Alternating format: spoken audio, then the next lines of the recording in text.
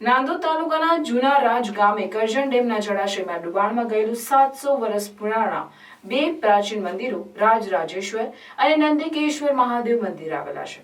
શિવરાત્રી પર્વે આ બંને મંદિરો પાણી ઓસરતા પાણીમાંથી બહાર આવ્યા છે.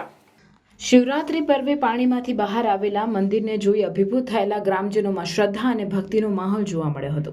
ભક્તો દ્વારા મંદિરની સાફ સફાઈ કરી નાવડી દ્વારા મંદિરે પહોંચી મહાદેવના દર્શન કરતા ભક્તોમાં ભારે શ્રદ્ધાનો માહોલ જામ્યો હતો. અત્રે ઉલ્લેખનીય છે કે આ મંદિર કરજણ જળાશયના ડુબાણમાં ગયું હોય ચોમાસામાં જળ સમાધિ લઈ લેતા આખું મંદિર પાણીમાં ગરકાવ થઈ જાય છે. પછી ઉનાળામાં પાણી ઓસરતા આ મંદિર ફરીથી પાણીમાંથી બહાર આવે છે. જ્યારે મંદિર બહાર આવે છે ત્યારે 6 મહિના ભક્તો ચાલીને મંદિરે જાય છે. પછી કરજણ જળાશયનું પાણી મહાશિવરાત્રી પહેલા ચમત્કારિક રીતે ઓછું થઈ જાય છે ત્યારે મંદિર પાણીમાંથી બહાર આવે છે. હાલ નાવડી દ્વારા ભક્તો પૂજા કરવા જાય છે. મંદિરે જવા માટે હાલ 5 બોટની વ્યવસ્થા કરાઈ છે. એક ઇતિહાસ મુજબ રાજવી પરિવારે આ મંદિરની સ્થાપના કરેલી. અહીં 2 મંદિરો આવેલા છે. નીલકંઠ મહાદેવ મંદિરમાં રાજા પૂજા કરતા હતા ત્યારે રાજરાજેશ્વરી મંદિરમાં રાણી પૂજા કરતી હતી. આ મંદિર 6 મહિના પાણીમાં અને પછી 6 મહિના પાણીની બહાર આવતું હોય છે. જો કે આ વખતે પહેલીવાર મંદિર પૂરેપૂરું બહાર આવી શક્યું નથી. હજુ થોડું મંદિર પાણીમાં છે.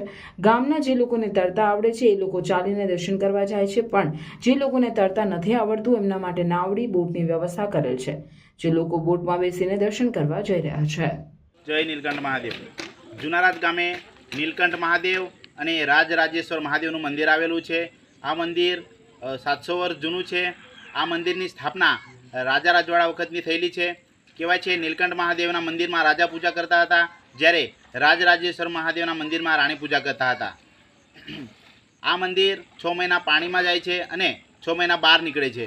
આ વખતે પહેલી વખત એવું બન્યું કે મંદિર પાણીથી પૂરેપૂરું બહાર આવી શક્યું નથી. તેમ છતાં ગામના સરપંચ જિજ્ઞેશભાઈ વસાવા અને સાથી મિત્રો દ્વારા મંદિરની સફાઈ સારી રીતે કરવામાં આવી અને દર્શનાર્થીઓ માટે મંદિર ખુલ્લું મૂકવામાં આવ્યું.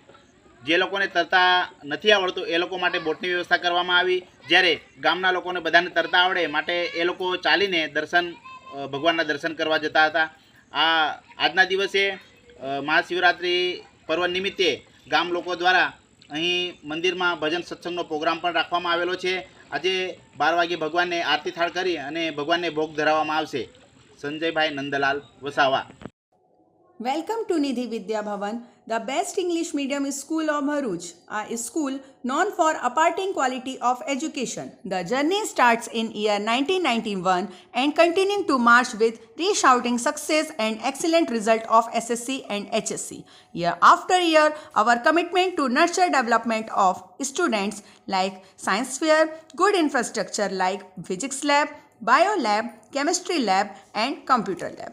Students take part in sport activities, cultural activities, activity-based learning, personal counseling with parents, collaboration with reputed academic for inspiring career of students and providing NEET IIT JEE.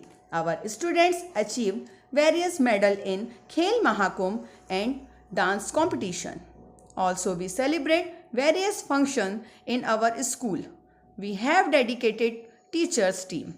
Admissions are open nursery to 12th standard, Gujarat State Board, Bharuch.